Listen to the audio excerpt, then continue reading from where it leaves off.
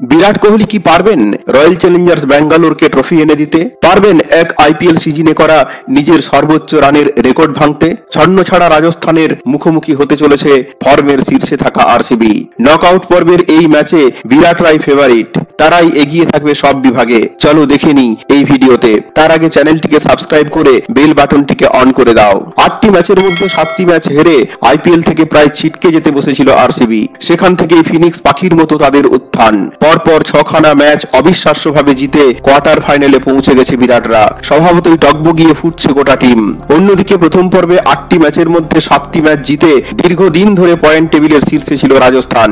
সেখান থেকে হঠাৎই পতন শুরু হয় তাদের। পরপর 6খানা ম্যাচ হেরে এবং বৃষ্টিতে কিছু ম্যাচ পণ্ড হওয়ায় চূড়ান্ত এলোমেলো হয়ে রয়েছে সঞ্জুর রাজস্থান রয়্যালস। দ্বিতীয়ত, আরসিবির ওপেনাররা বিশেষ করে বিরাট কোহলি দুর্দান্ত ফর্মে রয়েছেন।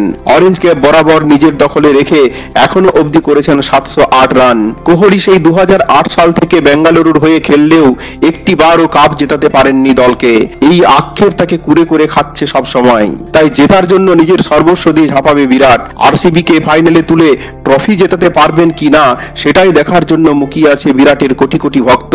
শুধু তাই নয়, 2016 সালে করা নিজের 973 রানের রেকর্ড ভেঙে এই 2024-এর আইপিএলে নতুন রেকর্ড গড়তে পারেন কিনা সেদিকেও তাকিয়ে আছে বিরাটের ফ্যানেরা।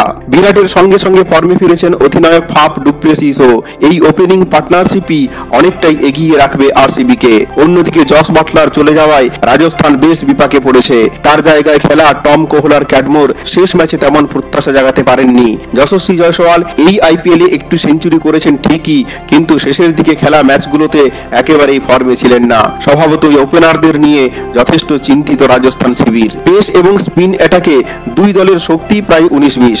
হয়তো সামান্য এগিয়ে থাকবে রয়্যালসরা, কিন্তু নিজেদের দিনে যশ দয়াল ও স্বপ্নিল সিংরাও কম যান না। মিডিল অর্ডারে রাজস্থানের রিয়ান পরাগ, ধ্রুব জুড়েলদের চেয়ে ফর্মের নিরিখে এগিয়ে থাকবেন আরসিবির রজত পাতিদার, ম্যাক্সওয়েল ও দীনেশ কার্তিকরা।